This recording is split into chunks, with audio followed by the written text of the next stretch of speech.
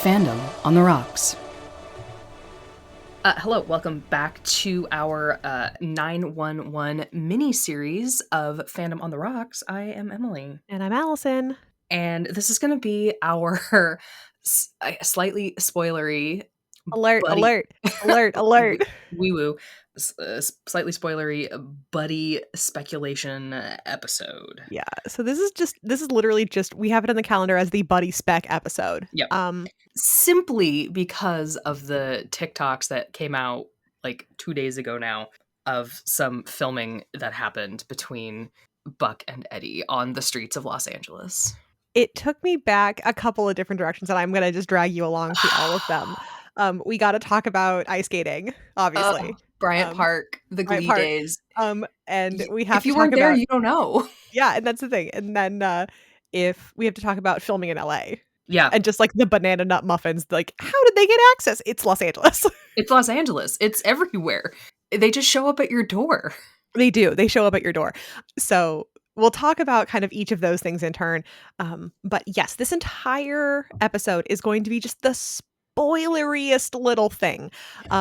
It's speculation spoiler, because as we know with behind the scenes footage, it could be fucking anything. It could be fucking anything. Anything.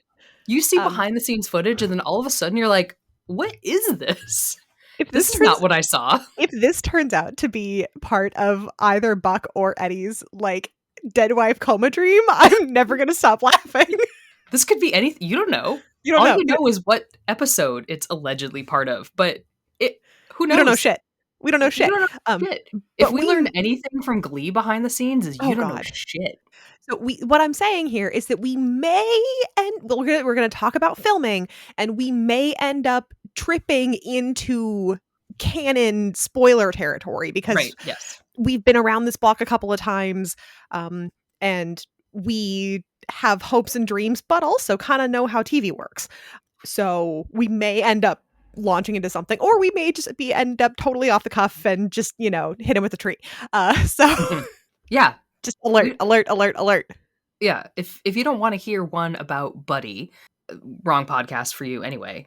If you don't want to hear speculation about 8B of 911, not the right episode for you. May I heartily recommend the Glee, Teen Wolf, and Supernatural that you'll find right over here to your left-hand side. Yeah, just keep clicking and you'll find other episodes to be heard.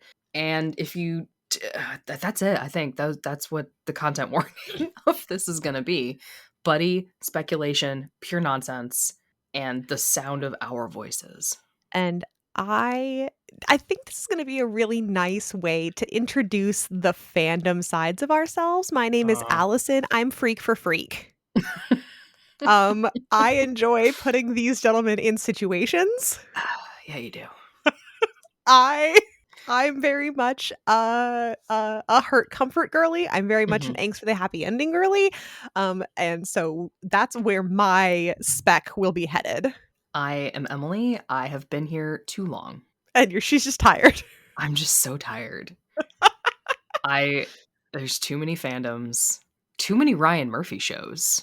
I would complain more, but every other one of his shows is a banger for me personally, so I need him to keep going. All right, so I suppose we should probably introduce a little bit of where we happened. Where we are, what happened, and then what does it mean. Okay. So we are recording in the hiatus land between the first half in a little bit of 8A and the little bit in second half of 8B or whatever, however they're talking about it or calling it or whatever. We left our intrepid heroes. Eddie is searching for a house in El Paso.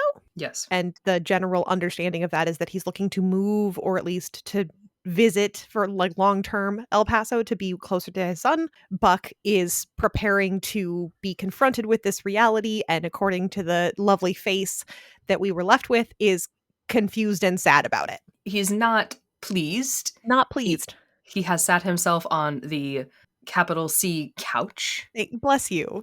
That's correct. That's how it read in my head, and I'm glad he said it out loud. The couch in Eddie's capital H house. And we are left with a face of if you are in fandom, it is potentially the first O It's of the oh. yeah, it's O, not O. Hmm. It's non-italic regular O. Yes. Eddie is leaving. Buck has a long history of being left. And if the writers don't know what they're doing with that, they should all be fired And give it to us because we and all give know it what to we're doing us. with that. Because literally everyone in the fandom knows what to do with that at this point. Literally, we all know And what that's to do to with turn that. Eddie's big ass around and bring him back. Back that truck up. Both figuratively and And literally, literally. considering the footage that was filmed. So we now have to get to the footage. So The capital F footage. the capital F footage. A couple of days ago, and I am in Europe now. I am in Europe. And so I woke up on like a nice polite morning to like 7 texts in a row from Emily, Yes. which is unusual for her. Yeah. And I'm going through it and I was transported to like 2014 in Glee because all I'm seeing is the same TikTok. It's like the same grainy video footage of behind the scenes. And I'm not really a big BTS girly. I gotta tell you, I think that may have been like 2012. Oh God, was that 2012? That may have been November 19th, 2012. Okay, well, we'll get there in a second, ma'am. So what I woke up to was our polite side of the internet, the little buddy side of the internet, going banana nut muffins apeshit. Because somebody in Los Angeles was like, oh, hey, they look like they're filming 911 across the street. And what they found was footage of Buck and Eddie with his truck, with a U-Haul camper like attached to it, hugging goodbye in the rain in the streets of Los Angeles. Yes. Yeah. And so considering that we've all been raised on soap operas and telenovelas and rom-coms, immediately lost our shit. They're in the rain, hugging. Dude, they're not in front of a moving van. In front of a moving van. I saw a post, oh my God, a couple of days ago talking about it. And it was like, in this show, you don't come out, you get a Tom Cruise homage. Yes, you do. You get a Tom Cruise moment. Yes, you get a Tom Cruise moment. And you had me at hello. God alive. So my little neck of the fandom, our little neck of the fandom promptly lost their shit because the footage suggests that we are getting a buddy goodbye in the rain, which is some of the rom-commiest shit I've ever seen in my life. It's fucking romantic. Like, listen. So fucking romantic. Now, to be fair, filming schedules for a TV show are tight. And it is raining in Los Angeles, and you can't change your filming schedule because it's raining, right? So it is a bit of an act of the universe that it rained that day. However, it's raining and it's beautiful. They didn't change Eddie's wardrobe. Like, he still guns out in a black tank top. I think that's the problem. So I'm going to put on my tinfoil hat here. He's showing off during his move? I mean, we all know how Eddie Diaz feels about a slutty black tank top. Like, let's be honest with ourselves. If only he had the mustache with this. The mustache. Guns out, mustache out. Yeah. I miss her. I miss the mustache. I do. Too. But I'm saying that it is not only possible, but is fairly common. That, we had a trailer drop for 8B with the Maddie getting kidnapped arc. Yes. Bleh. Ugh, poor girl, poor thing. It's stupid and I hate it. It is entirely possible for a very, very last minute edit some footage in. And then we're still like 4 weeks out. Yes. They can turn that shit around in like a day or two if they need to. Yes. So if they were waiting for it to rain or hoping to wait for it to rain. This is true. For reasons. They could. And the flip side, the devil's advocate argument is you can also make it rain. You can make it rain, and they do make it rain, and we will talk about that. But they like to make it big rain. They do like to make it big rain. Not little rain. This is gray sky, won't look pretty on camera, raining. Yeah. Yeah, this is going to be weirdly lit, really flat, Uh-huh. kind of. Drab, It's gonna like, be drab. It's not gonna be pretty. it's not gonna be pretty. It's gonna be really hard to maintain continuity with hair and makeup. Yeah. Like, yeah. They like, they didn't have to do it. Guzman has a fuck-ass tattoo on his arm that they left out, like, they purposely had him in a tank top that they have to do a cover-up on Yeah. his right forearm. Yeah. So that tank top is a choice. It is a fucking choice, especially because half the BTS footage is Ryan in his, like, fucking coat. Which I mean, talk about people raised in Southern California Oh and my god. Texas. Oh, Like, what is adorable. it? Is it 75 and he's wearing, like, a big puffy coat? Like, My get a grip. my father, who was born and raised in Colorado, lived in Arizona for, like, 20 years, and now anytime it's under 80 degrees Fahrenheit, he's like, "Oh my god, it's so cold." Ugh, I'm God. like, You "Shut up." remember me in New York, like, sweating on the train, and there'd be other women in, like, full length parkas? Like, how? Yeah. How? All of this to say is that they didn't put him in weather appropriate stuff. Eddie wasn't just like, "Oh, I guess it's raining. I'll put on a sweater." Like, No. no. No, no, no. No, no, no, no, no. For reasons. Mhm. He had to put on his hot priest tank top He did put on his hot priest tank top. for the His drive. gay awakening tank top. His gay awakening tank top for the drive. Like, I just, He needed his delts out for that hug. I'm you know just what? okay, while we're talking, I literally have a post up and I'm just watching the hug on repeat while we're talking. Bless you. Like, I can't help it. now, okay, Up on his little tippy toes. up on his little tippy, they both have to get up on their little tippity toes. Their little Bless this 2-inch footage height difference. because none of us would have known about the tippity toes. You wouldn't, because they're not gonna show it full body. That's not the No. framing. The framing is their shoulders. Yeah, the framing is their shoulders, like, because the camera's fairly close in. It's pretty close. So, like, they're not zooming out. This is like a hand, shoulders, head kind of, Yeah. cut off at the rib cage kind of shot. Yeah, you're gonna see let's see, looking at it, you're gonna see maybe you're not gonna see Eddie's ass, unfortunately, but you're gonna see Buck's arms, I think, depending on the zoom, coming up around that full body hug. Yeah, we're gonna talk about the clothing here in a minute. Buck's wardrobe is so interesting because we've both been rewatching, well, I've been rewatching, you're watching the show. And for a long time, Buck's wardrobe are collared polos. Yeah, it's collared polos. He loves a fitted sweater. A fitted sweater. There's some really funny behind the scenes of Aisha making fun of Oliver, really, for how tight his clothing is. Like, Yes. why you got to wear stuff that's 4 sizes too small. He's like, look, I just put it on. It's in the trailer. I put it on. And she It's makes a- him like stand up and do a little twirly twirl. And like, yeah, buddy, your clothes. She does. It's adorable. I She love makes her. fun of him all the time. Love her. And he loves it because apparently he has a little degradation kink. I don't know. I love this for him. I love do. this for him so much. Congratulations, sir. But so his clothing for much of the series is tight, fitted, collared polos with like some buttons, maybe all the way buttoned, maybe like the 3-button collared polo, like a burnt orange, a Yeah, brown, a blue. Buck likes chinos. He likes chinos. Yeah, He loves a chino. He loves a Loves a bright chino. color. And You know what lately, you know what he doesn't love until T-shirt. like the last 2 episodes? baggy t-shirts. Baggy t-shirts and jeans. Yeah. So there is a Tumblr user that I like that just she pops up on my dashboard and I love seeing her meta on this, and her name is Anna. And she does a bunch of color theory and a bunch of clothing theory. Like, her color theory is wild. Whether it's real, I don't know, but boy is it interesting and I love reading about it. Mhm. But she's been kind of breaking it all down lately, and basically the conclusion that she's come to is that, like, he's not totally comfy yet. He hasn't totally figured it out yet. Sure. Yeah.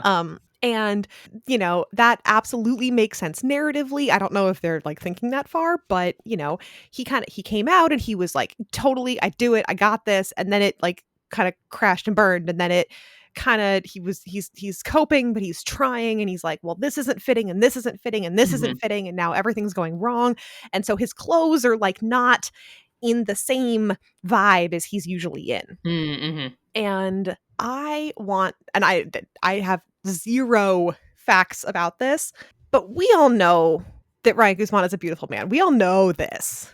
Yeah. And we have seen that people in costuming also know this. Mm-hmm. And there is no reason for them to give him pants that don't fit. Yes. He has worn jeans before. He has worn jeans that fit before. These jeans don't fit. Correct. And I have similar questions. I have similar questions of, I'm trying to make decisions, but maybe it's not the right one and it doesn't feel quite right, but it looks right. Hey, at least the top fits. I do long for the sluttiest of tank tops, affectionate, from 2-1. With the side boob, with the like... side, yeah, the tits out. God, that tank top. I would look amazing in that tank top, by the way, for the record. For the record. For the record. But the censors are not going to allow that. Absolutely not. Absolutely not. That's too slutty a tank top for me. But so we were gathered together on this fandom day to revel in the found footage. Now, you mentioned something earlier about another date of found footage, and the holiest of days. And the holiest of days. And I wonder if you could talk about it and explain kind of the context gap, the historical gap between those of us who were there for the first of Holy Days and then those who were not and are here for this of Holy Days. So many moons ago, there was a show called Glee, and season 4, there was a Christmas episode, Glee, actually, and Kurt and Blaine, the main ship, it's not a date because they are currently broken up, which we don't talk about, but they have this little thing at the ice skating rink at Bryant Park in New York City. And this was filmed on location in Bryant Park in New York City. And Glee was at I think it was still like the height of its popularity. And yeah, season 4. Yeah, and it was filmed on location, and I don't know if somehow people just knew that it was filming here. And fans started to some fans showed up during filming and started recording what was going on. They sure did. Posted nearly the entire filming night. It was hours of footage and content and tweets and Tumblr posts of Chris Colfer and Darren Criss together filming ice skating. And it was maybe the most glorious fandom experience that many of us had ever had together on Tumblr, vibing out over a thing that we all loved and hadn't grown to hate yet. Yeah. And if you think that 35 seconds of Buck and Eddie hugging are something to crash out over, you don't know anything. It truly was. It was hours and hours and hours. Yeah. Of just the live Twitter threads were incredible. Incredible. Because everyone was there.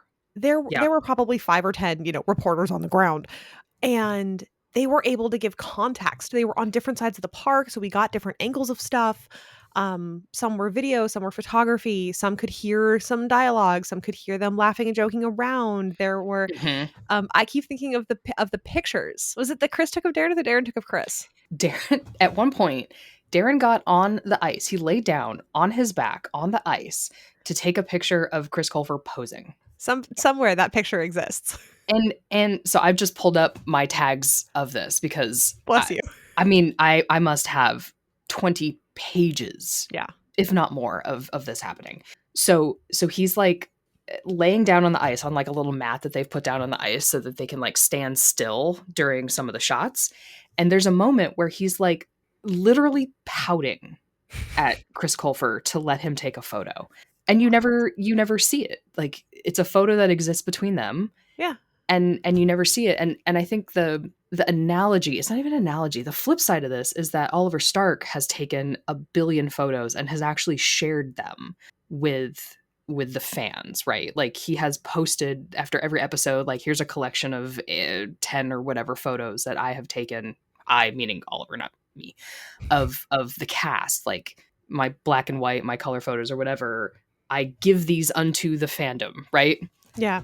That did not happen for No. us No, in it did Glee. not. Like, and that is something that I think we became very resentful of in Glee, of being Yeah. like, hey, we know you guys like each other. Like, not just Chris and Darren, but also like the whole cast. Yeah.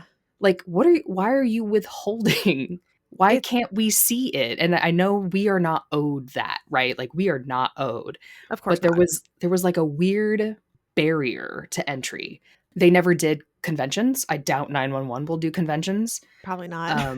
Which sucks balls. Like, Yeah. I'm too old. I won't go to one. Like, I can't handle that shit anymore. But I will, and I'll drag you with me, but you're gonna be mad about it the whole time. I will go with you, but I also have a weird thing. Like, I don't know that I want to see you in person if it's now out of the Ouch! context that not Ouch! you.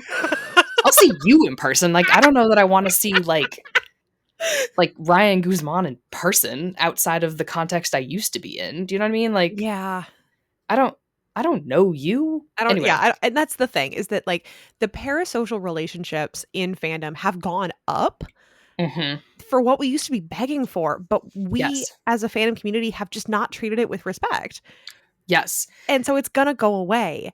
And I don't know if we could have handled as a fandom community like the Bryant Park night had it been, yes. you know. So Bryant Park today would have been a fucking disaster. Yeah. At the time, everyone stood. So I had a friend at the rink texting me all night, just like paragraphs of details of what was going on.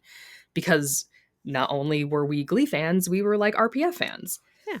And just getting details of like eye contact. And it was fucking glorious. And there was stuff, because there was footage that came out of like Darren recording Chris on the ice that he did actually post. And it's stuff that like there's the conversations, right? Like of them that lingered in the fandom for just years, of them mirroring each other. Yeah. Of like Darren telling Chris like he's getting better at ice skating. Yeah. Right? Like, you're getting better. I'm getting much better. Don't jinx it. Like, it's the most adorable shit that we saw in years. And one of the main lines is like, still going strong.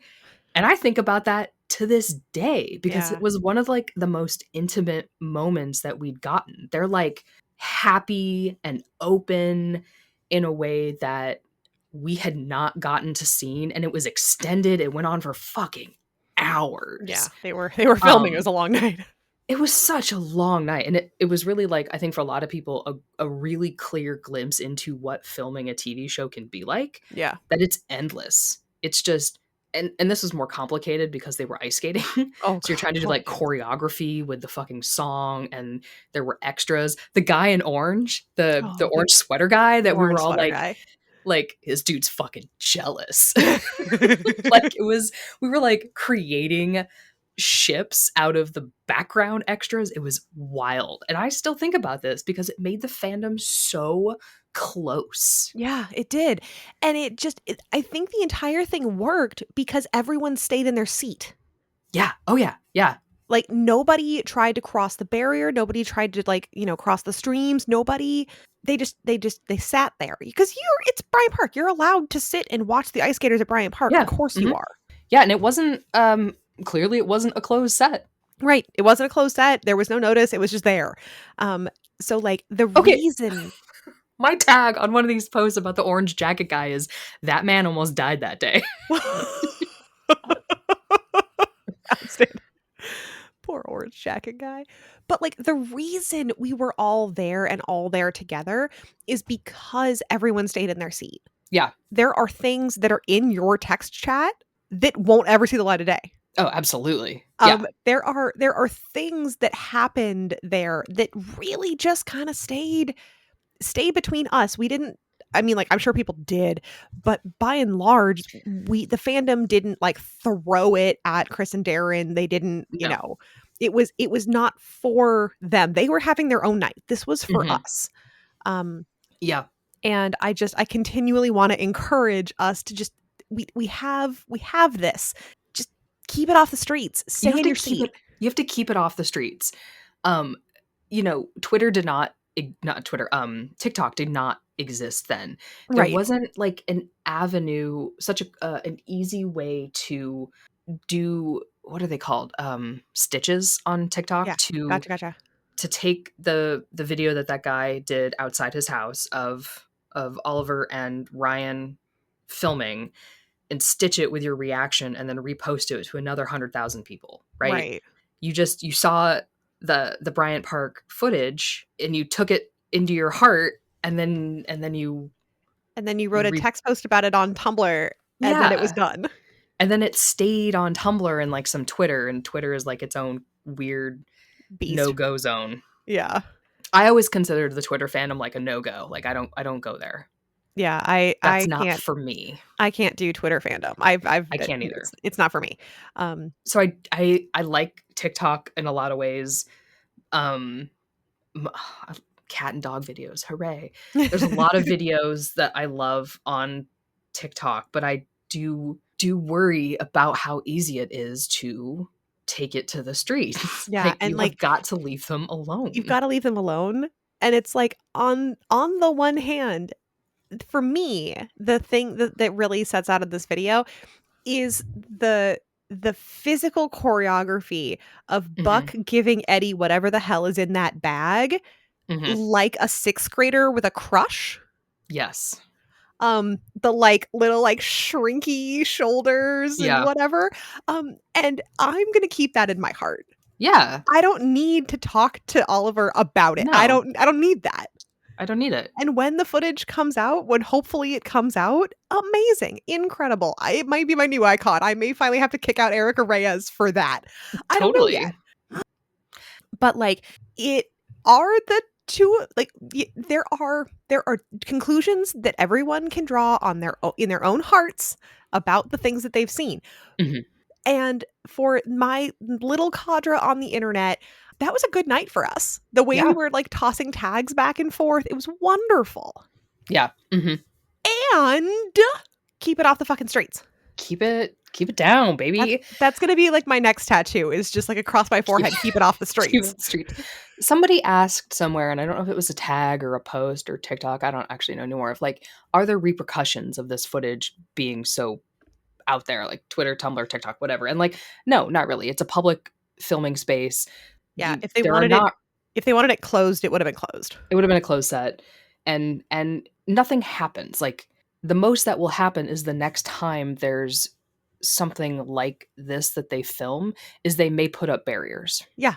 Right? They may just put up these kind of tall barriers around the shooting space to keep people from watching what's happening. And is the most that they can do. Absolutely. Because it's a public area. They can't keep you out of the way. They can block streets, but to block cars, you have to file permits with the city, the police department. It's a whole thing. But that still doesn't keep you from walking out of your house. Right. Which we know. Yeah, which we know. For those of you who have missed the lore, Emily and I, when we lived in Los Angeles, lived like right next door to the high school where they shot Glee. And so we've stumbled upon many a filming day. Yeah. Sometimes you just wake up and there's a notice on your front door that says, "We will be filming." Like, okay. But like, I'm still going to the store. Like, I'm still going to the bodega. I still have to get crab rangoon, but like, you guys keep doing your thing. You do you, man. But like, and even living in New York, like, there's filming notices fucking everywhere. And the most you do is like walk another camera. Don't look in the camera. Kind of. Yeah. Like, don't look at the camera. Just like, don't get in their way. Yeah. Don't get in their way. And are we going to put on our conspiracy town hats? Are we going to mount up on the conspiracy ponies and take a little trot? Oh, that they were planted to film that it was leaked, like on purpose, because we're about 4 weeks out and all of the other promotional stuff is starting to drop. They're really revving up Ryan's new interview. They dropped the promo. Like, you know, if we want to get on our conspiracy ponies, like, it's, you know, the timing is suspect. Yeah. But like, no, it's fine. It's fine, man. They're filming. Like, just let it happen. They're filming, and you know, but no, for real. So like, this is all the context you need. This is why we're excited about it. But Emily, I have a very important question for you. Oh God. Okay. the tree that's going to crush my fourth-born son, Eddie Diaz? No. Is it going to be a Fucking real no. tree, or is it going to be some tree trunk thighs? It's tree trunk thighs for sure. Get it? Oh man. No. The problem is, Oliver Stark / Evan Buckley do not have tree trunk thighs because they skip leg day. So No, poor Eddie. don't skip leg day. I've seen him. You can. Well, maybe that's why he's wearing such baggy ass clothes. Is that he knows the arms don't match the legs. Don't skip leg day. He needs to do a girly workout because, like, he's all focused on the upper and he is not hitting the lower. You gotta focus. You gotta whole body workout, guys. Whole body. The thighs are important, my dude. Like, you got to hit the legs. Just because you like your big beefy arms, like, you cannot have chicken legs. As do I.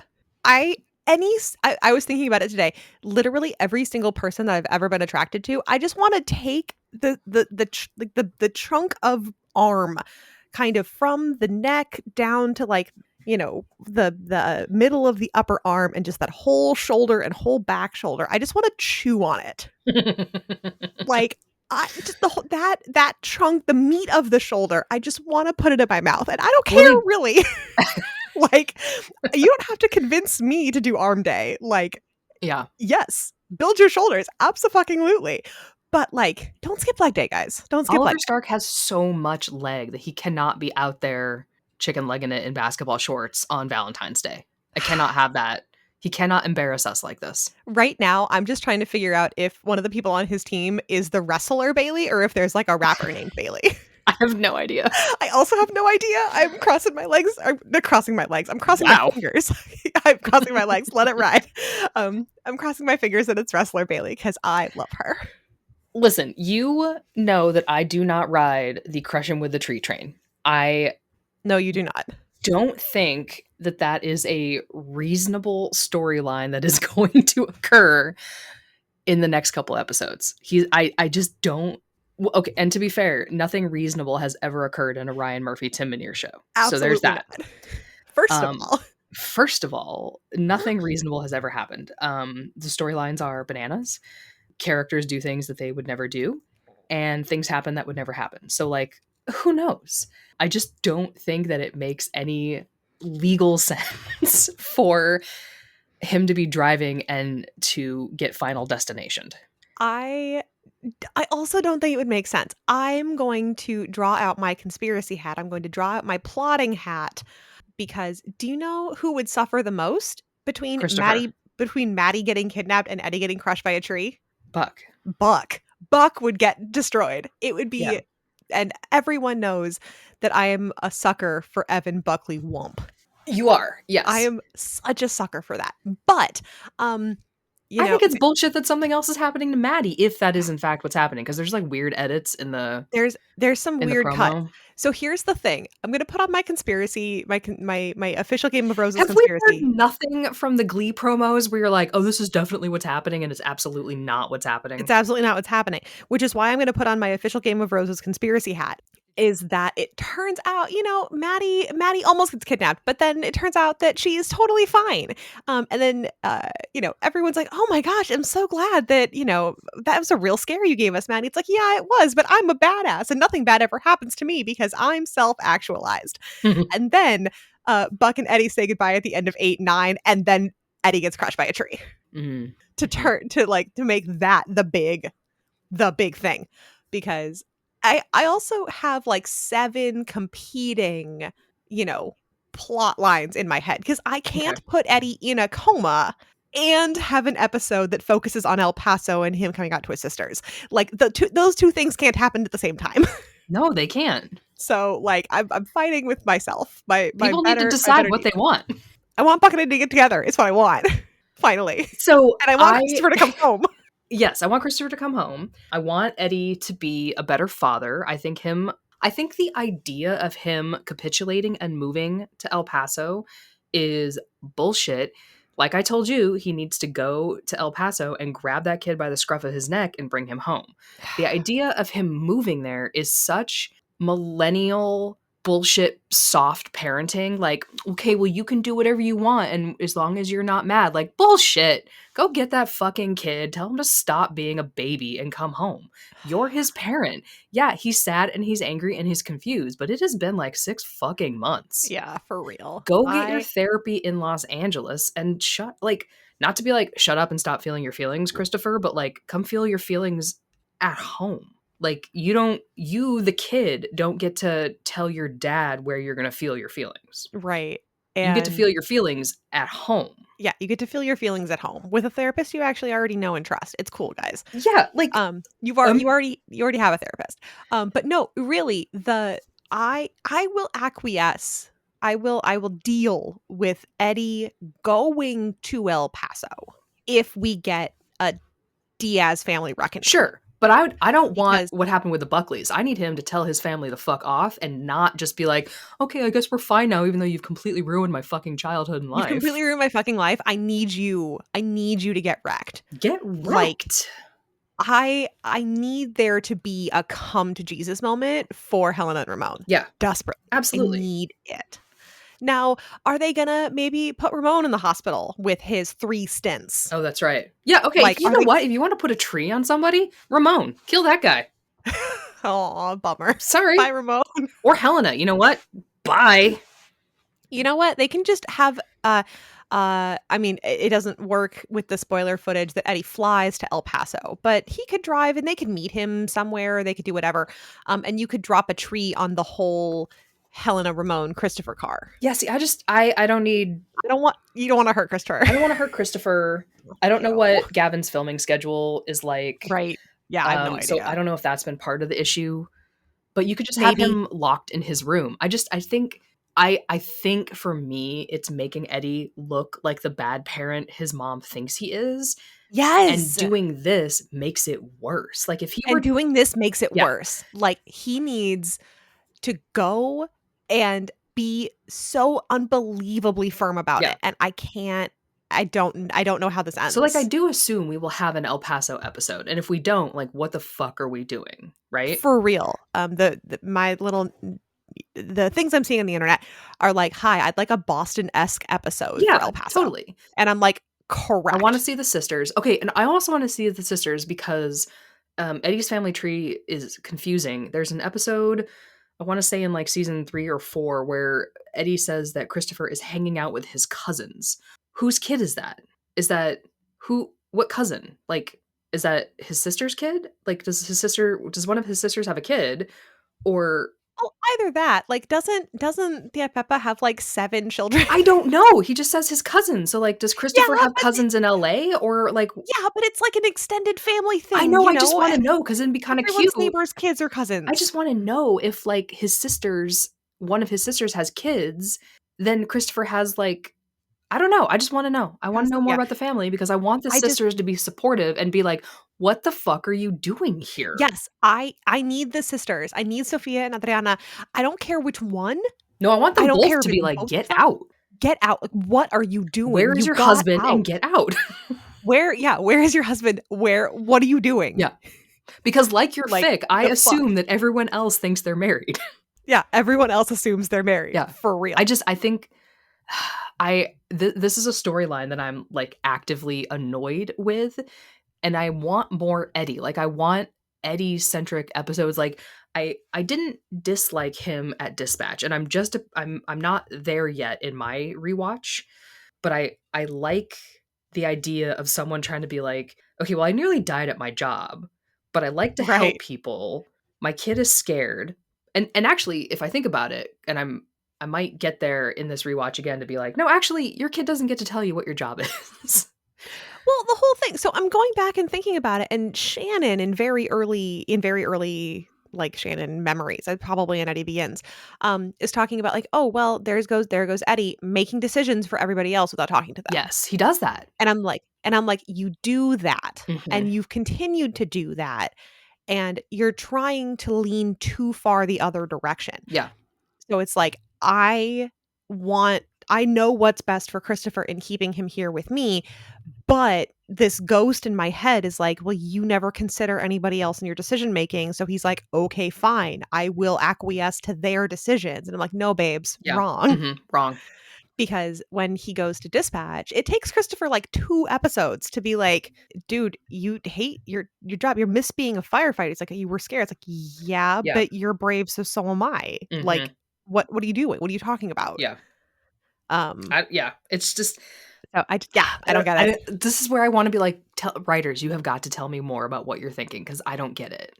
Yeah, there needs to be more somewhere. And I don't understand. Like, I need the episode commentary. I need the DVD commentary to know what the fuck you're doing, because I don't get it. Because the only way, okay, not the only way, but there's a lot of good ways you could fix this. But this is also the kind of bullshit, and we're not gonna speculate on this. I don't believe Eddie's going anywhere. Not long term. But like, this is the kind of nonsense that you do if you're writing someone off the show. Sure, yeah. But you wouldn't put this much long-term build into it. Like, when they write Michael and David off, it's like an episode's worth. Yeah, they were just like, okay, bye. Okay, bye. And Harry too. It happens within like an episode, and there's a lot of discourse on the internet talking about how, like, you know, Eddie is either like, he's being completely ignored in his own story. It's like, he has set up this particular storyline throughout the last 8 episodes. Like, it absolutely is being focused on. Is it being laser focused on? No. But all of these things are building blocks to something else, and we're just not there yet. And it's so frustrating to not be there yet. I know. Because if we're not there yet, then they still have the potential to disappoint us, and I don't want that to happen either. I know. What? I hate to pose this question when we are... No, you don't. When we're already 45 minutes in to a bonus episode. Continue. What are you going to do if it doesn't go canon? I'm going to send somebody to super hell. It might be me. Like, It's a good question. It's a really good question. Like, if after all of this, if after the Buddy 3rd act, Goodbye in the Rain, if after all of the, you know, the tension and the will they and the won't they and the Buck bisexual journey and the Eddie finding joy, I don't deserve juice conversations around all of this, I just okay, not to interrupt, but sometimes fandom sentences are so funny. Eddie, I don't deserve juice. That doesn't make any sense to anybody else. It doesn't, but those people aren't listening to us. I know. It's just funny where there's certain sentences in fandom where you're just like, you have to be in it to be like, what do you mean he doesn't deserve juice? What do you mean he doesn't deserve juice? Like, they've just... I know, but if you really step back, if you want to play the devil's advocate, you're like, Eddie's a straight man. Like, is he? In theory, yeah. In theory. I've been hurt so many times. I've only been to super hell once. You've been to super hell twice. I've been to super hell. I've only been once. You've been twice. It's a good question. I think I'll be disappointed but not surprised. It's gonna be one of those things that's like, this was a decision from the top. Right.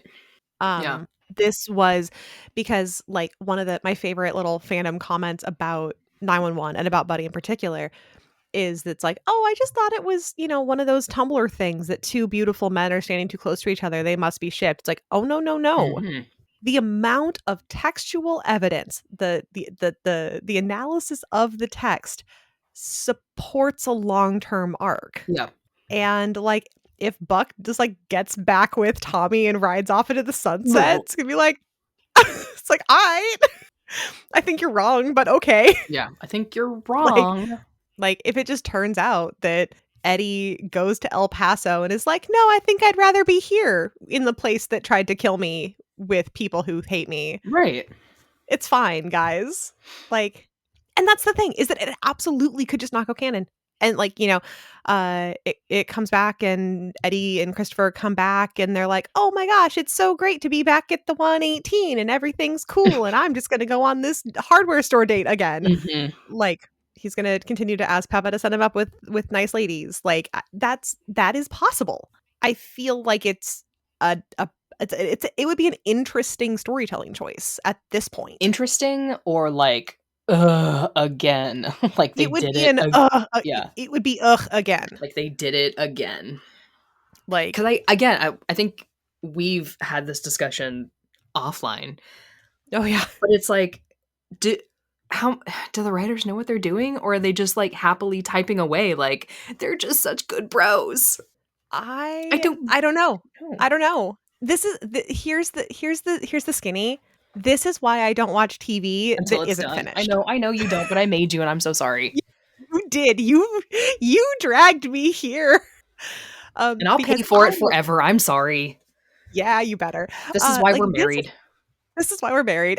Like I just this whole thing. I know. Ugh. It's like there very well could be just writers in the room. Like, look at these best buds.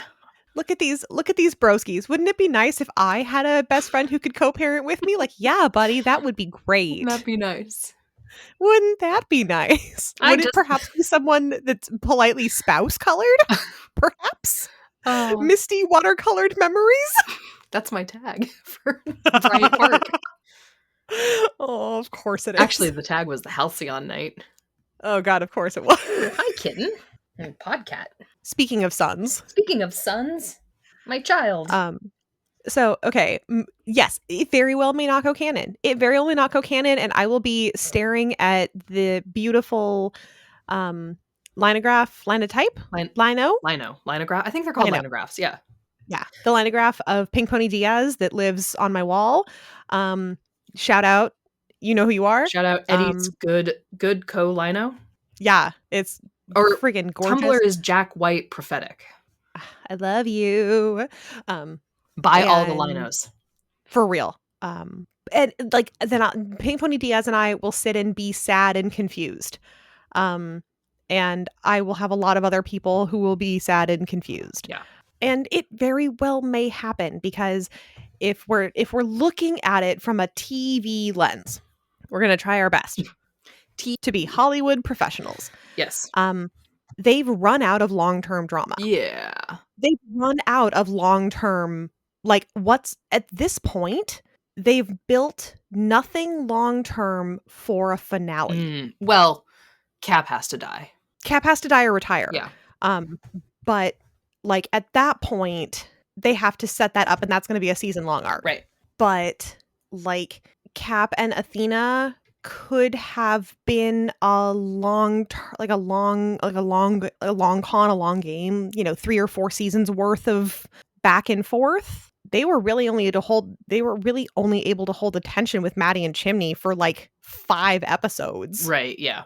They had like anything that happens now with like the physical building of the 118, you can't pull those people apart. The kids that are involved aren't really part of any long-term drama. This thing with Christopher is like the longest term because there was May and then Harry's kidnapping, and then Denny's got some stuff with like his father, and then his when he gets hit.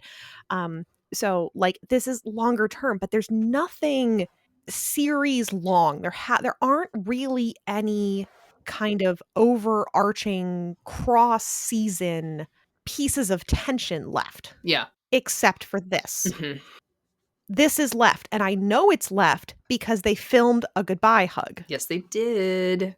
And if they didn't intend for there to be tension in the story, they could have just skipped it. Yeah, and it's just the two of them. It's not like the whole 118 seeing him off. Yeah, it's although I would very much at some point like to see a like an Eddie's last shift that's mocking his first shift. Oh yeah. Yeah. And that like Chimney just like plays What a Man on his phone. Well, no one else heard that. That was just the sound in Buck's head. Yes, and that would be Chimney, who's now also hearing the sound going, yes, what a man. But like this is the long term. This is the long con. This is the thing. And we just kind of have to trust that the writers remember what they've written, that they've gone back like any good fic writer and read their stuff out loud, that they've watched the episodes. Because you can't get from "you can have my back any day" to you think you're expendable, but you're wrong. I wouldn't trust There's him with nobody anyone. Yeah. there's nobody I trust with my son. There's nobody in the world I trust with my son more than you. To Peace out. like to getting, are you hurt? To fucking the bereaved spouse gloves, the to do more, to do what you always do. You like there's a thread. Mhm. There's a continuing thread. I'm not really a guest in his house. I'm not really a guest in this house. Like, do you want to go for the title all the way up to the fucking poker date? Like, there's too much to be accidental. Yeah. And we know this because of the comparison that we have very clearly. There is a very clear comparison between partners at work, Buck and Eddie, and partners at work, Chim and Hen. Yeah. Mhm. Because I guarantee you, when this footage airs, if it airs, God, I hope it airs. I really want it in higher quality. I have gift that ideas out the wazoo. I need it to launch. If nothing for the shot that we haven't talked about, which is the other footage of Buck walking away and like pausing in front of a tight close-up, Yeah, looking forlornly. dude, And he's blind. We can't see him is the problem. We just know that he is gazing into the middle distance. Like, no, I with my Tumblerina inspector glasses on, as he turns, you can see his sad face. You can just catch his eyebrows like over the shield. I know. And I know a weepy eyebrow when I fucking see it. I know. That man has his eyebrows furrowed. He's got big fucking eyes. I can see that shot in my head. I can see it. Chimney was angry when Hen was leaving to become a doctor. He was like disappointed. And Hen, when she goes to offer to be like a co-pilot for Chimney, they have a very similar hug. Mm-hmm. But there's none of it doesn't feel like this. No, it doesn't. It doesn't feel like this. And it doesn't feel like this for a reason. When Chimney gets kidnapped by, what is it, Jonah? Yeah, what's his fucking name?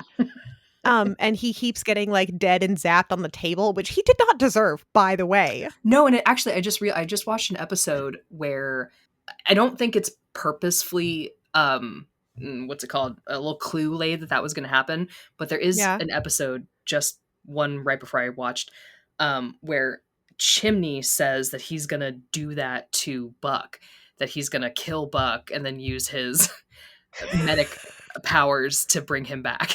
To bring him back? He's so mad at him for something. And I was like, damn. Oh, yikes. How's that prophecy foretold, Apollo? Change the prophecy. the gift of prophecy. How's that kickball? And Hen in the chair screaming and begging, don't do this. Do you truly, in your heart of hearts, think that if it had not been Hen and Chimney, but instead Buck and Eddie, either direction, either one of them getting zapped to death and not to death, that it would have read the same? No. That would have been a fantasy movie. Don't hurt him. Yeah. Don't touch him. Yeah. Someone, I think Buck would have just been like breaking through the restraints. Yeah. Destroying the chair, hulking out. Yeah. Well, because it reminds me of, because I was just telling you about those, because we talk nonstop. Watched the episode Brawl in Cell Block 911 when Lucifer is threatening Buck's or Christopher with the picture. Well, he's threatening Eddie with the picture of Christopher, and Eddie, and his driver's license with the address. Yeah, and Eddie is just like frozen, but he's got like angry face, but he's frozen. And Buck is the one who steps forward, like, "Don't you fucking dare!" Yeah, because that's his family and that's his home too. Like it. They have the potential to make it platonic. They've had the potential to make it platonic for 7 seasons. Yeah. And yet. And fucking yet. That, I mean. And yet. You can clearly see where, like, Guard Dog Buck comes from. Oh, I love Guard Dog Buck. Because he is snapping at a chain in that scene. He is, like, And Eddie doesn't even tell him to like back down. He gets punched in the face before He gets pistol whipped. he gets pistol whipped to back down. Yeah. Like they've had so many chances to make it broski platonic. Mhm. They could have. I absolutely believe that Ryan and Oliver are good enough actors that they like can be platonic. I have faith in them. Can they though? That's a different question. I don't know. We'll talk about that later. We'll talk about that later. But like the entire team has had the chance to make it blatantly platonic. Mhm. Crystal fucking clear. Yeah. And they haven't. Nope. And at this point, it's just going to read like bad writing. Oh, yeah. If they don't go canon, it's going to read like bad writing. Mhm. Like, some kid stole an entire paper off the internet and then wrote the conclusion himself without having read the rest of the paper. Yeah. Like it's just going to read as bad writing. Wow. And so like, do I have absolute faith? Like, no, Nope. but I have such high hopes. Yes. I live on hope. While I breathe, I hope. And then we read fic. We're too old for this shit. And then we read fic. We read, we write, we roll around. We podcast. We podcast, we listen, we indulge with our friends, we Yes. send secret messages through Tumblr tags. Like it. Also, if a specific crazy girl wants to come be crazy girl with us, the tags are right there, my friend. The tags are right there. I promise you don't have to tell us who you are. We're right. Freak for freak, right in the tags. We're a safe place for you, I promise. But I don't understand. It's been so good for so long, and now we're just standing at the precipice of it, and I don't really know what to do with it. Part of me is, we get it. It's TV. It's a network. There are executives. They suck. I know. We've been there. Just fucking do it. Just make them fuck. Who cares? Just do it. It's just do it. So like half my brain is, I get it. It's TV. It's money. It's ads. It's advertisers. It's the censors. And then the other half of my brain is like, who gives a shit? It's just TV. Do it. But like, we've worked both. So like, we know you can't. We know what happens here. But we're like, just fucking do it, man. Just make them fuck. Who cares? Who cares? Just do it. It's 2025. Nothing matters anymore. Just do it. Nothing matters. Just do it. Just do it. Just make them. Just do it, man. Just do it. Gives a shit. Lone Star had a fucking asteroid crash into Texas. Who cares? Oh, poor Texas. Who cares? Yeah, fuck Texas. Who cares? Do you think that Eddie's gonna run into like? God, that would be so I'm in El funny. Paso. There you go. That's what happens to an asteroid. That's what happens to Eddie. His fucking truck gets hit by that asteroid. He gets hit by an asteroid. You want him to hit by a tree? It's an asteroid. I want him to survive getting hit by something. Hey, you don't get to pick and choose. I sure do. It's fiction. What happened to Eddie? Asteroid. Asteroid. Buck loves natural disasters. Not anymore. 126 couldn't save him. Rip. Yeah, apparently there's an asteroid. I have stopped watching Lone Star because it was the Rob Lowe show. So, yes, but I hope some of them come to 118 because I like some of those characters, but I don't think that's gonna happen. Anyway, no, not. But yeah, okay. What? So because we've been talking for some time, we need to talk a little more. Do we? Yes, we do. Because we've sat on the sad boy portion. Yes. If like, what do we do if it doesn't go canon? How's it gonna go? It's gonna go canon. What's that look like? How do they write it? How do they do this conclusively? Okay, well, how do they write it, or how do we write it? Because that is very different. I don't know. Take your shot at either. At both. Eddie goes to Texas. He stays for an episode. He gets Christopher. He yells at his parents. Christopher's like, yeah, actually, it kind of sucks here. They treat me like a baby. I don't want to be treated like a baby. And Eddie has not actually purchased a house. He's only rented it because he does not have the equity to purchase a house. Correct. So he could not have closed on a house in the amount of time that's happened anyway. So he's merely rented a house, or he's moving in with his sister. So maybe he's rented a house or he's moving in with one of his sisters. I haven't decided yet. Ooh, because he only has, so everyone's like, oh, well, maybe he sent some of his stuff away and that's why he only has the trailer. He's clearly not bringing his whole ass house. In the meantime, Buck is either watching over his house or is moving into it because we have to defeat the Loft. Correct. That fuck ass loft has got to go. I hate the idea of lofts anyway. Not having differentiation between your bedroom and the rest of your life is like, I hate it. I lived in a studio once. Like, I hated it. Chicago. I remember. It, like, and that even had a wall. It was like a half Yeah. wall, but like, ugh. It had most of a It had most wall. of a wall, but it was like, ugh. I want a door. I want to slam a door.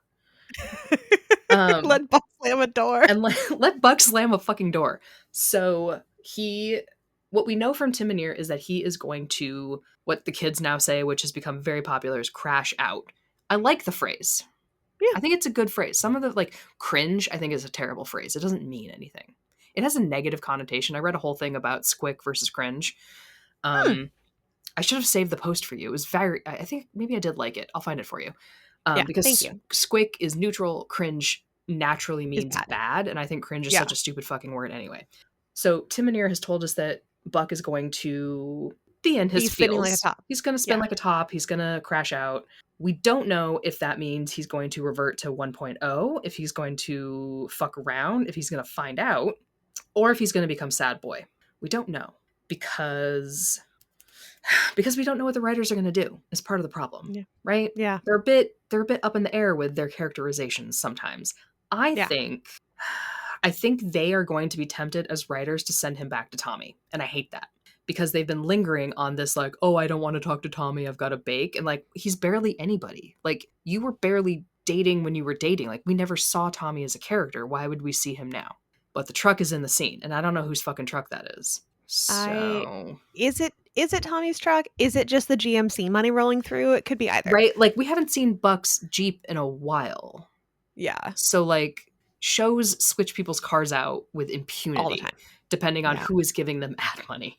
Who's giving them ad money? We all remember the Teen Wolf car money. Yeah, like Derek Hale went from a real sweet Camaro to like a minivan with no like, what happened? You sure did. So so what do I actually think? I kind of feel like he is going to be a self-destructive sad boy because I think the network is not going to let a bisexual character go fucking around in a club, as much as that would be more interesting. I just worry that the network won't let us see that because we hardly let the characters kiss. Yeah. So, and that is my read of like actual network standards and practices and what we've seen from ABC shows in the past, what we've seen from 911 in the past, how much physical affection happens between the characters in general. Like, we once saw Athena on top of a dude in handcuffs. We haven't seen that shit in years. We sure did. Right? Like, that was fucking hot. That dude was hot. She was hot. The handcuffs were hot. We hardly see a married couple in bed together fully dressed right now. Yeah. Right? Like, how did Maddie and Chim have another baby? They don't know. They don't even touch. How did that happen? Touch. Magic. What kind of magic baby is that? They haven't been fucking. So as much as I understand the impulse to be like, let Buck fuck, I don't see the network being let Buck fuck. I agree with let Buck fuck. I don't think the network agrees. But you see what I mean? Like, fuck. The difference between what the fandom thinks the character should do in response to Eddie leaving and what the network is and the writers are going to have the character do, I think there's a big gap. Probably, yeah. So I think the network and the writers are going to go, and we've been very wrong in the past, right? Like, oh yeah, who fucking knows at this point? No, but we have no idea. I think he's going to be self-destructive sad boy because I think he's going to feel like there's nothing tethering him to. And we all know what the best, most healthy thing that a person undergoing emotional distress can do. Throw himself into fires. Hook up with an ex. Yeah, there is that. Yeah. Now, I don't know if what's-his-face has been, if he's still on, if he's still hired, right? Like, if he's still on contract. No idea. But I agree with you. I do think he's going to go self-destructive sad boy. I think because any number of things that he could do there. Like in this season alone, he has already driven straight on forward into traffic. Yes, he jumped and he had Eddie at home. Like, he had that tether to be like, oh, I can't hurt myself because I have to be there for Eddie. Yeah. But if Like, that's not there, if that's not there. this is someone who grew up riding his bike into traffic to Yeah. get his parents' attention. Like, if Maddie is in recovery and dealing with Chim, and she's got enough to deal with, if Cap is having to deal with replacing Eddie and trying to figure out what that all means, well, he doesn't have the time. So Buck is going. We are getting suicidal Buck back. Which Not that I like. Yeah, I'm more into suicidal Buck than I am ram a tree into Eddie. that's fair. That's totally fair. Yeah. I like, not to say that I love suicide. No, I know but what you mean. Like, I need to make that very, Yes. very clear. As a but character as a moment. character, Yeah. as a character moment and a character trait, I love suicidal Buck. I love suicidal ideation Buck. I love passive suicidal Buck Well, because it comes from it comes from his history. Yeah, it comes from his history. It comes directly from his history and trauma. I am only worth loving if I am dead. Yeah. And like, I'm only, especially because we are doing the Buck heavy hitters. We are doing the Buck heavy hitters. This whole arc is about Eddie, of course it is, but we are doing the Buck heavy hitters. He got dumped, Left behind, and now his entire support system is either busy, preoccupied, or recovering. Exactly. He is literally, all of his major triggers are being pushed, and all of them at the same time. And there might be the feeling that Eddie is getting replaced by Robbie. Yeah. So that he can't be in a good, like, especially if like Hen and Chim and Cap, like, if Buck perceives them as forgetting Eddie. Yeah. Totally. Like, the first time that Buck sees Eddie's like nameplate on his locker gone, it's gonna hit him in like a weird way. Buck didn't even like seeing his own name taped over for Bosco. Like, yeah, because he felt like he was getting replaced. Yeah. And he Like, puts other people before himself. So having Eddie's name replaced with he's Robbie, not gonna. It's gonna be weird. It's gonna be weird for him in a way he doesn't understand. Yeah. And I don't know what kind of wonderful emotional conversations everybody has. I need Eddie to figure out his deal, whatever his deal is, with one or both of his sisters. Yeah, that makes sense. I also definitely gunning for like a 10th grade kiss at baseball practice. Like, I'm gunning. I think he'll be home. Well, I mean, we saw behind the scenes of Ryan at the 118 allegedly filming 813.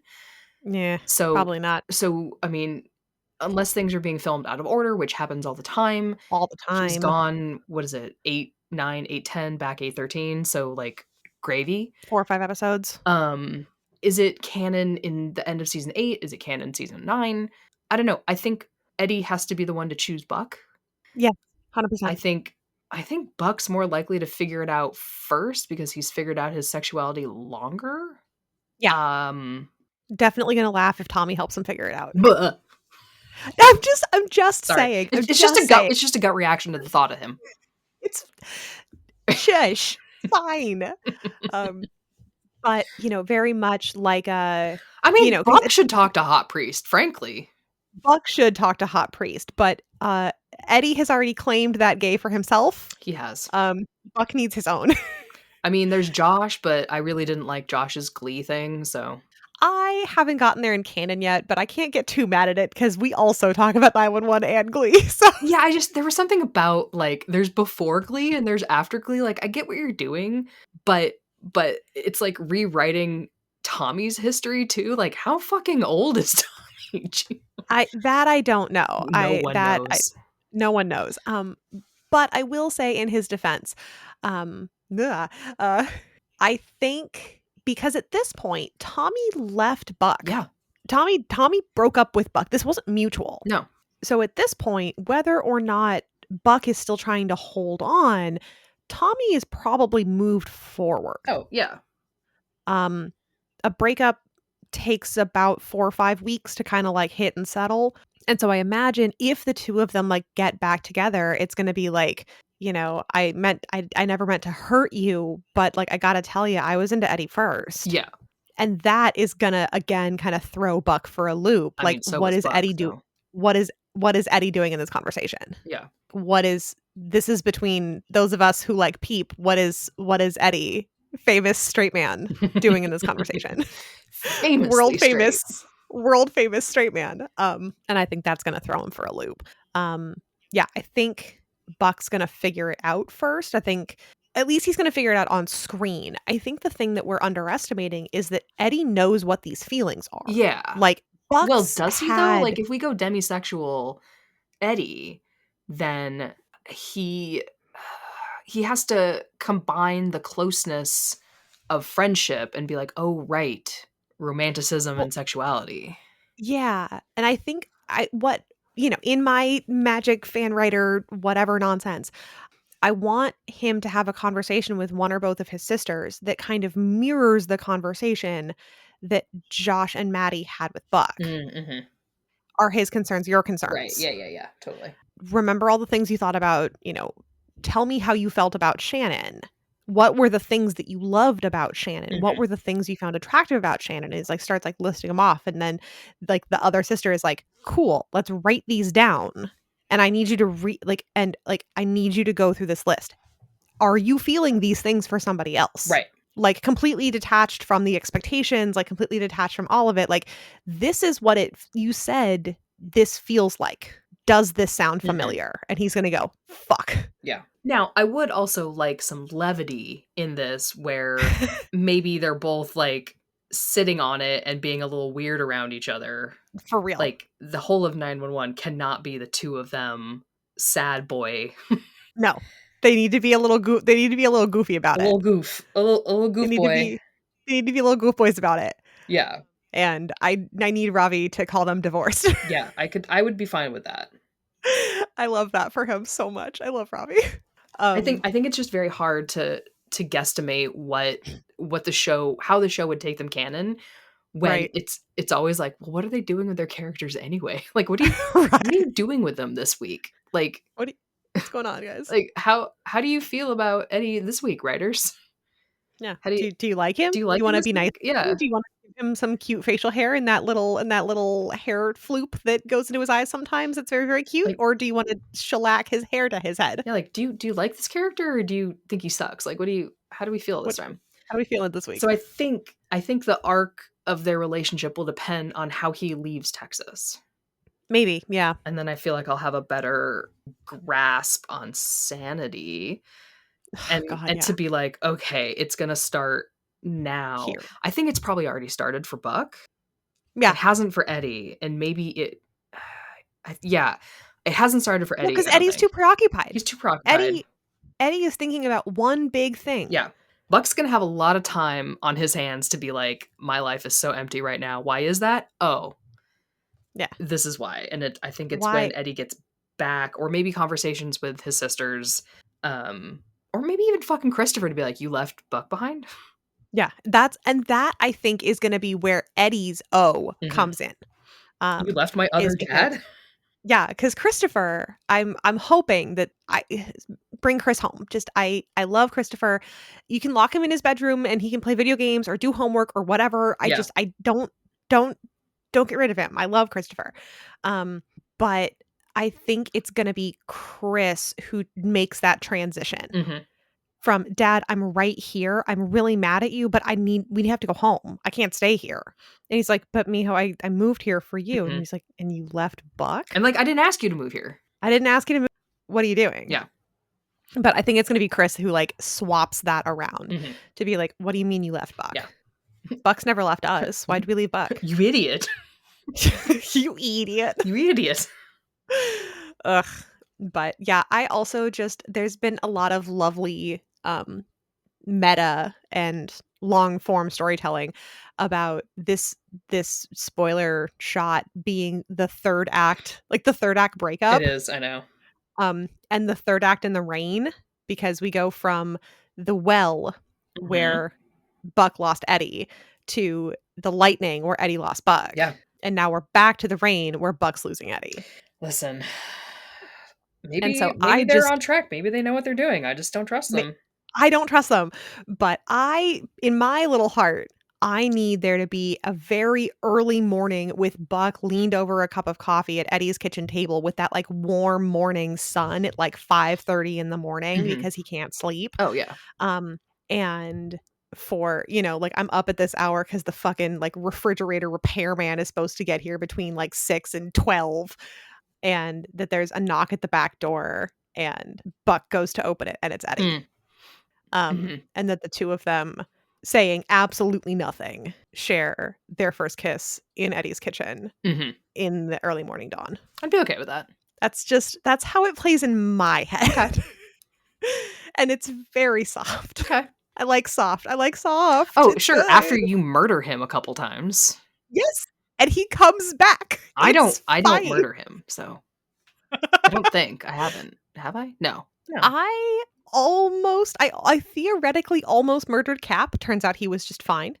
I did impale Christopher. I feel a little bad about that, but he's cool. He's totally fine. He recovered and his PT went great. Great.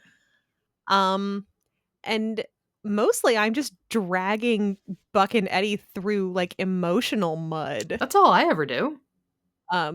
Yeah, I'm dragging them through emotional mud. Big emotional mud. But I haven't actually injured either of them. Sometimes I make them do like physical exercise. No, Buck goes to therapy, and that's fun. Yeah. I love that that's a tag. It's just Buck goes to therapy. Fucking needs it. Oh my god. And Eddie confronts his parents. Yeah. Like, that's there we go. There we go. There it is. Not one person has good parents on this show. Tragedy. Except for maybe Bobby, but we haven't. No. Mm-mm. Kidding. Sure don't. Kidding. Sure don't. My bad. Nope. I was going through all the parents. Maybe Karen's parents. We've never met them. We don't know. Damn it. We don't know. All right. Yeah, it's a mystery.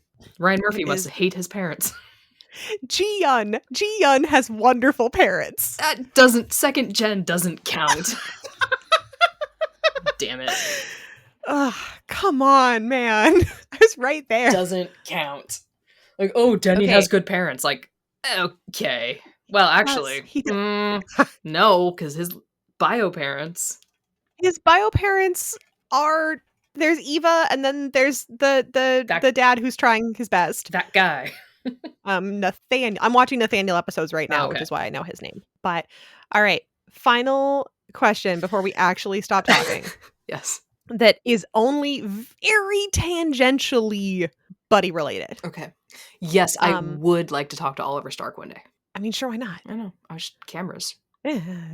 No, thank you. And fuck ass tattoos. Oh my god. That is a spiral I would like to see Buck go on. Oh, absolutely. Bring the tattoos. I know he can't have them as a firefighter. Did you know, though? I looked this up. Of course I did. Of course you did. There is a petition, an active petition out with the LAFD about letting firefighters show their tattoos.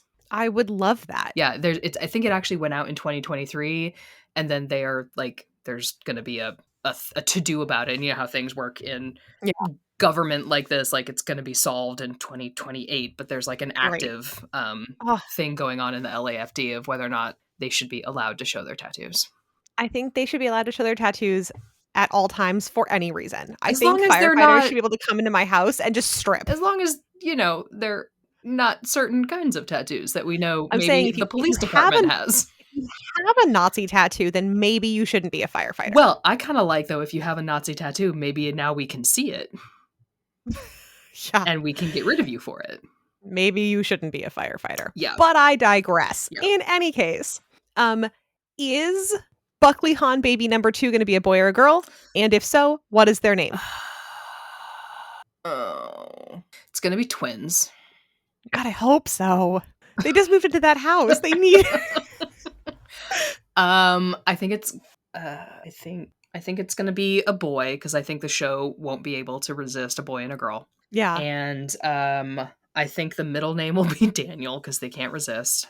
Because they can't resist. But I don't know what the first name will be. So I am of two entirely different minds, and twins would solve the problem. Triplets would actually solve the problem better, frankly. But I don't think that that's the kind of drama they're looking. That's a lot of babies on set, guys. That's hard casting. It's hard casting. My gut reaction, speaking of writers knowing what they're doing, is that they're gonna have a baby girl and they're gonna name her Joy, Okay. obviously. Um, because they've name dropped that word like 1,000 times. Um, and there's just something really cute about G and Joy. Okay. It makes for good, cute family nonsense. Okay. Uh, if they have a boy, they are absolutely naming him after both Kevin and Daniel. That's right, Kevin. Um, but Daniel. Daniel, kapow. But I saw a text post talking about, like if they have a boy, Maddie's gonna name him Evan because Buck's not using the name anymore. And I'm sitting here going like, God damn, that's just the kind of bullshit the show would do. Yeah, it is. And I just can't, in good conscience, take a baby boy and give him 3 names after like weird dead traumatic brothers. Yeah, that's rough. Evan, feels Daniel, rough. Kevin, Buckley, Han. Buckley Han, like, oh god, Ouch. it's a lot of trauma wrapped up in one little baby boy. That is a lot of trauma. I don't know about that. So I thought it was interesting, and I want there to be a lot of babies, but not necessarily all in this baby. Yeah, that's watch them just name the baby just like Bob. Yeah, this is my son, Frank, after our therapist. Kevin, Daniel, Kevin. I mean, it's not even like a good name. Well, I think the problem is if they name him either Kevin or Daniel, that like either Chim or Maddie's gonna have to say that name out loud all the time. All the time, yeah. And I just don't think they could do that. No, that would suck. That's why they have to name the baby Evan. Yeah. It's because nobody calls Buck Evan anymore. Okay, but what if like someone wants to like? And that's why, yeah. I'm just spitballing here. I'm just spitballing. What if So what if Eddie is suddenly like, you know what? I'm gonna call you Evan when we get married. I don't know. What if he's suddenly like he's called him Evan before once, yes, when it was important. when it was important. What if he saves it for the important moments? I don't know. And the baby's like, it's me. Yeah. Marry me, Evan. And then the baby's like, yeah. Yeah. But well, speaking of babies and Buddy, I stand firm in what I said in my fic a couple days ago. Eddie and Buck deserve a baby girl to name her Isabel. Isabel.